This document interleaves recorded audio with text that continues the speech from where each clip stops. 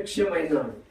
దేవుడు ప్రత్యక్షమై మోషేతో మాట్లాడిన సందర్భం అది. మోషే మోషే దగ్గరికి రావద్దు, నువ్వు నిలిచి ఉన్న స్థలము ఏమిట?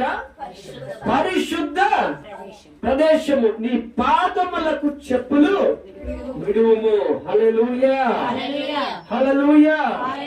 ప్రియ దైవ జనాంగమా గమనించండి, ఇక్కడ దేవుడు అంటున్నాడు నీవు నిలిచి ఉన్న స్థలము పరిశుద్ధ ప్రదేశము, పరిశుద్ధమైన నేల.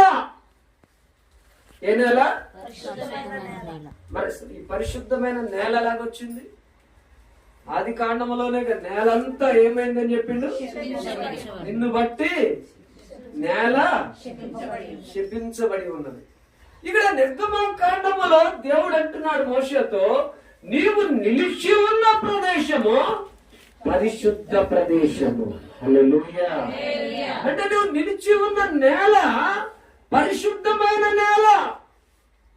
నేలంతయు శపించబడిందని చెప్పిన దేవుడు ఇక్కడికి వచ్చేసరికి ఈ నేల, ఈ ప్రదేశం అంతా కూడా పరిశుద్ధ ప్రదేశము. నీ పాదాలకు చెప్పులు విడిచిపెట్టు, నీ పాదాలకు చెప్పులు విడిచిపెట్టు. హల్లెలూయా. విడుము, నీ చెప్పులు విడువము. హల్లెలూయా. ప్రియ దైవజనాంగమా గమనించండి, పరిశుద్ధ భూమి ఎక్కడి నుంచి వచ్చింది? పరిశుద్ధ స్థలముగా ఎలా మారింది? నేలంతా మారిందా? ఆ ప్రదేశం మట్టికేనా అంటే ఆ ప్రదేశం మట్టికే.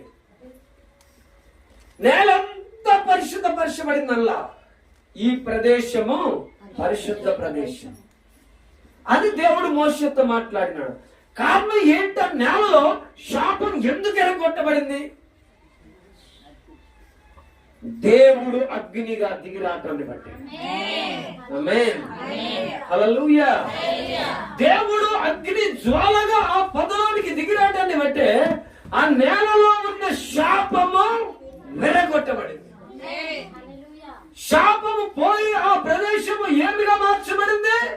పరిశుద్ధ ప్రదేశముగా మార్చబడింది. హల్లెలూయా హల్లెలూయా హల్లెలూయా. దేవుని అగ్ని ఎవరి పైకి దిగి వస్తుందో వారి శరీరాలన్నీ కూడా పరిశుద్ధమైన శరీరాలుగా మార్చబడతాయి. ఆమేన్.